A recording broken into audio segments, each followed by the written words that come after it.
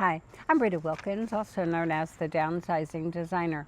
Today's topic is kind of fun, and I think that you're going to find quite a bit of truth in it. It's about boxes, bubble wraps, and the big fat lies we tell ourselves when we are trying to survive a move. So you might start decluttering and downsizing, full of excitement. You're armed with a stack of boxes, the Sharpies, and also maybe 5 huge rolls of bubble wrap. And you tell yourself, this is going to be fun. It's a fresh start and it's a whole new chapter to my life. So you're ready to conquer all that clutter that has built up over the last 20 or 30 years. And you can hardly wait to live that more serene life in your smaller home. Then you open your basement door, and that's when reality sets in. You find yourself staring at piles of boxes and plastic bins that have been sitting there for many years, maybe even some since your last move. So moving is like a roller coaster of emotions. At the start, there's optimism, there's energy, and all of that propels you forward.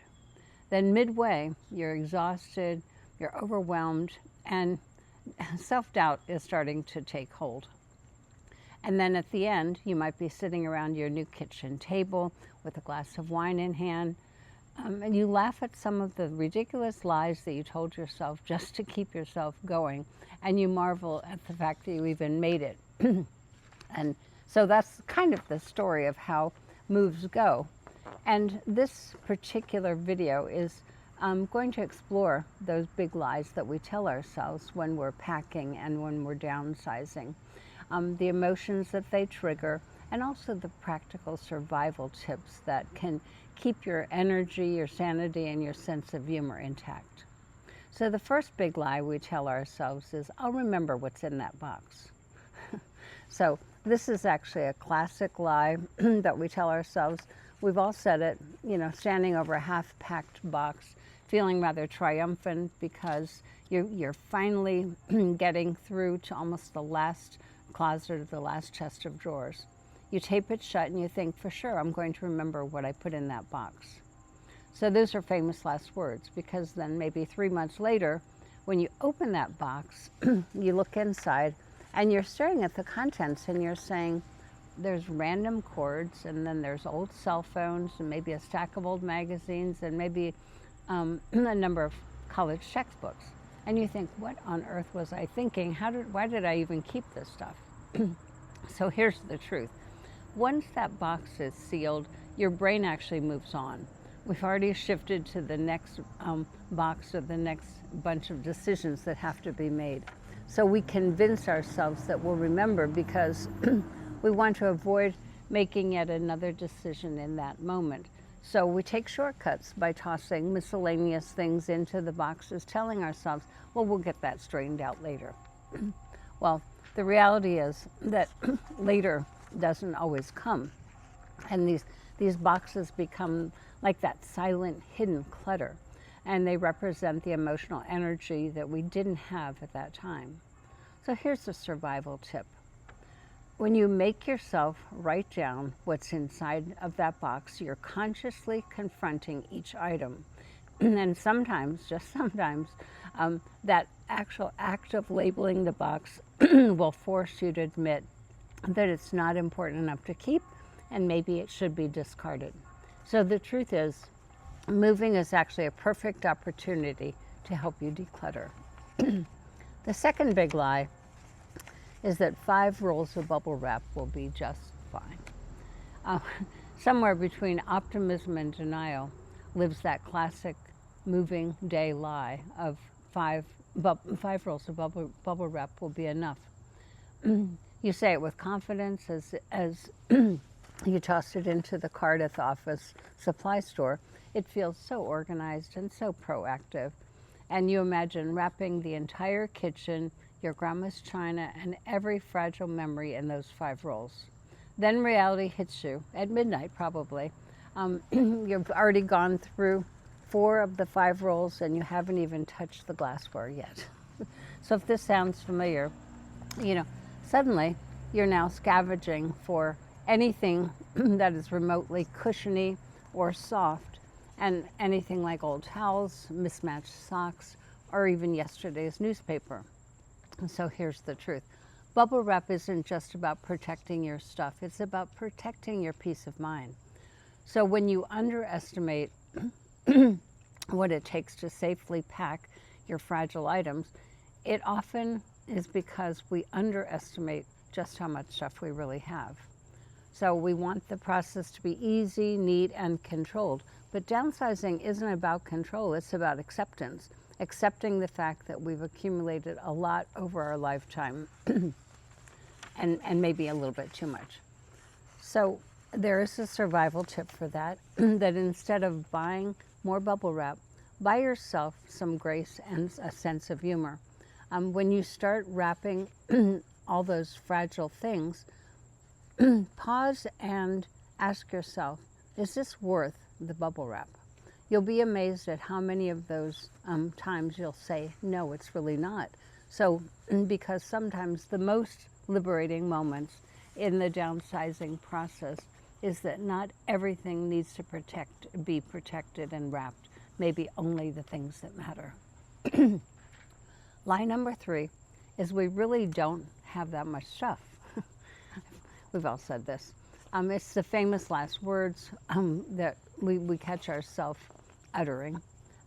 We tell ourselves with complete confidence until we start opening the closets, the drawers, the attics, and the basements. Suddenly, we discover 4 sets of dishes, a lifetime supply of candles, and enough holiday decor to light up your entire cul-de-sac. So it is human nature to underestimate the amount of possessions that we have because we stop seeing them. They blended into the background of our lives. The pile in the corner kind of becomes invisible. And when you start pulling everything out of those cabinets and the closets, that sheer volume of those just-in-case items can actually be overwhelming. So this is the moment when you have to face the reality that you do have too much stuff. So before you even think about packing, take an inventory, walk room by room, take pictures of everything that you actually own. No judgment, just awareness. So the goal is to wake you up. And when you see it clearly, you can make more intentional choices about what stays and what goes. It may sting a little bit at first, but freedom follows being honest with yourself. And tip number 4 is we can do it ourselves. So this lie starts with really good intentions and maybe a little bit of overconfidence. So we often think that we can handle every box, every label, and every load that goes to the donation site. But somewhere between day number 4 and trip number 12 to that donation site, reality sets in. Tempers flare, muscles are sore, and you seriously start questioning why you thought it was a good idea to do this all by yourselves. So downsizing and decluttering isn't just about sorting and lifting. It's about making thousands of decisions.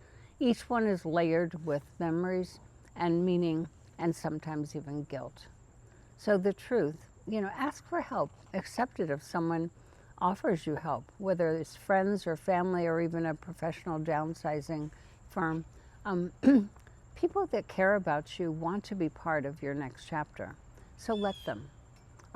You'll finish faster, safer, and with your sanity intact. Here's the survival tip. You can do it by yourself, but you don't have to. So ask for help early. Maybe get professional help. Create a plan, and set clear goals for yourself, and give yourself permission to actually enjoy the process. And my last lie, number 5, is unpacking will be quick and easy.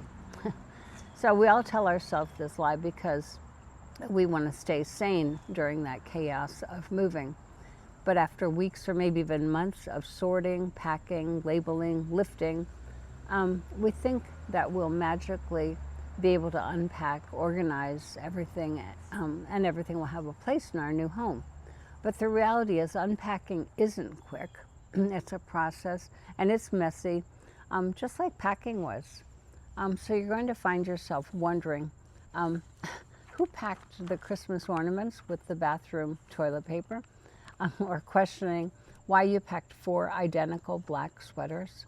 So it turns out that it's kind of like packing in reverse, only this time you're tired, your patience is wearing thin, and your enthusiasm kind of left when the moving truck rolled out of your driveway. So a survival tip here is, instead of rushing to finish, approach unpacking slowly. Take your time. It's actually part of your new beginning. So focus on the essentials first, things that you truly need, and then leave the rest until you can find the exact right place for it, and until you have time and you can maybe enjoy the process. So unpacking is a powerful filter. If you don't feel excited about unpacking it, you just might have the answer, so you can let that go. So give yourself permission to go slow, to breathe, to celebrate the progress instead of perfection. Because sometimes the real work and the real freedom begins after the boxes arrive in your new home. So the bottom line is, moving is never about boxes and bubble wrap. It's about facing the stories that we tell ourselves, confronting those big lies, and deciding what to carry forward into your new home and into your new life. And by recognizing these 5 lives, we can actually move with humor, with grace, and also with sanity. And so we can let go of the past and make space for what matters, and step into your new chapter, both physically and also emotionally. So the next time that you're staring at a mountain of boxes, just pause and ask yourself, am I packing for my future, or am I dragging my past along with me? Because moving isn't just about where you're going, it's also about who you will become once you get there. So I hope this helps. If you want to know more about downsizing and decluttering, there are 2 books that I would recommend and 2 of my videos. So the first book is Downsizing Family Home Workbook. It's what to save and what to let go of. It's by Marnie Jameson. I've read it a number of times. It's helped me formulate a lot of my own ideas for what I share with you on my videos. And then the second one is Decluttering and Downsizing Your Family Home. This is all about strategies for more of a stress-free transition. That one's actually recommended if you're really overwhelmed by the whole process. It's just a step-by-step. And then I've got 2 videos that I've done in the past that you might want to revisit. One is, If Not Now, When?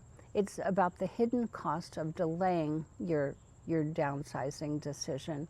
And the second one is 10 things every woman over 50 should declutter right now if she wants to keep her freedom. And then I do have an announcement to make, and that's that my newest book is called The Letting Go Workbook, is going to be released on October 15th. So if you are interested, keep that date in mind. If you want to be put on a waiting list, please let me know. You can just email me at ritawilkins@ritawilkins.com.